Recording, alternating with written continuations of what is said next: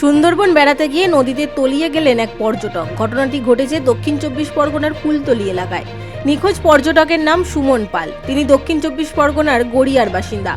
22 জনের একটি পর্যটক দলের সঙ্গে ছিলেন ওই যুবক। এখনও তার খোঁজ মেলেনি। স্থানীয় সূত্রে খবর, গত 16ই জানুয়ারি 22 জনের একটি পর্যটক দল সুন্দরবন বেড়াতে গিয়েছিল। শনিবার রাতে ওই দলটি মাতলা নদীর তীরে একটি নৌকায় রাত্রি যাপন করছিল। সেই সময়ই দুর্ঘটনা হয়। মাঝির দাবি, পা পিছলে নৌকা থেকে নদীতে পড়ে যান সুমন। মুহূর্তের মধ্যে তলিয়ে যান তিনি। তাকে উদ্ধারের জন্য নদীতে ঝাঁপ দেন কয়েকজন, কিন্তু তারপরেও সুমনকে উদ্ধার করা সম্ভব হয়নি।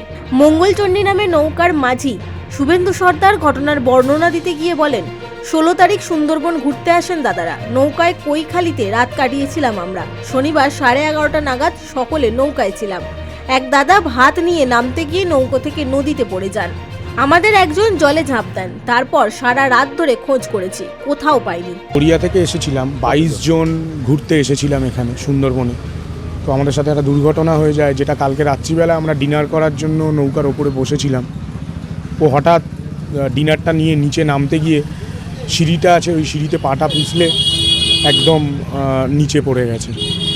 ভাতের থালাটাও এখনো পর্যন্ত ওইখানে ওইভাবেই রয়েছে, খুঁজে পাওয়া যাচ্ছে না। আর আপনার পুলিশ প্রশাসন গিয়েছিল? হ্যাঁ, গিয়েছেন, সঙ্গে সঙ্গে গিয়েছেন, অনেক খোঁজা হয়েছে, কিন্তু পাওয়া যাচ্ছে না।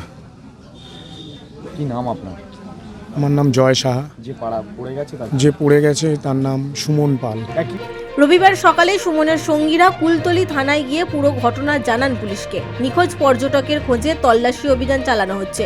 এই ঘটনায় গোটা পর্যটক দলে ও এলাকায় চরম উদ্বেগ ছড়িয়েছে। Bureau report, big news Bangla.